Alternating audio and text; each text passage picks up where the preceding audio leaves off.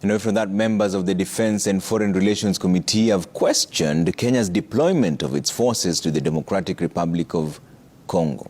The MPs claimed while the country was facing pressing matters, billions of shillings will be spent to maintain its forces in DRC. But Defense Cabinet Secretary Duale said Kenya's forces will play a critical role in returning peace and stability in the war-torn eastern Congo. Good afternoon. My name is Memusika. The Defense Secretary was before the Defense and Foreign Relations Committee to seek parliamentary approval to deploy Kenyan troops to the troubled DRC as part of the East African Community Regional Force.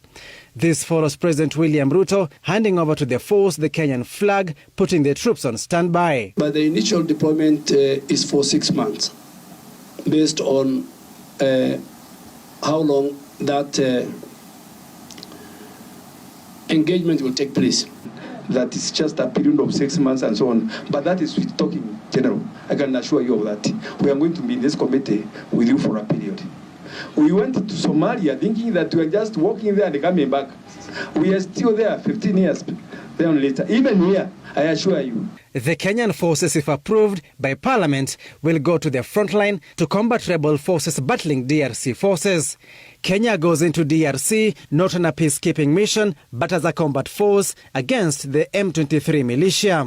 The one with the peace enforcement mandate has been given the mandate to use whatever force is necessary to disarm or to neutralize these armed groups. The forces will support in disarmament. They will support in demobilization of the many armed groups. MPs remained skeptical of the country's decision to deploy its troops to DRC, warning of diplomatic power games at the center of the conflict. Belgium have been there, French have been there, the British have been there, the Americans. So it's like we are joining the bandwagon. And a country like this is always easy prey for proxy wars. What is our strategic approach as a country? If the French has failed, if the Belgians have failed, if the Americans have failed, we will succeed. What are we going to do? Because now we are deploying against Rwanda. We are deploying against M23, which is purported to be supported by Rwanda. The proxy wars between DRC and Rwanda, Uganda, all neighboring. Every country have their own issues.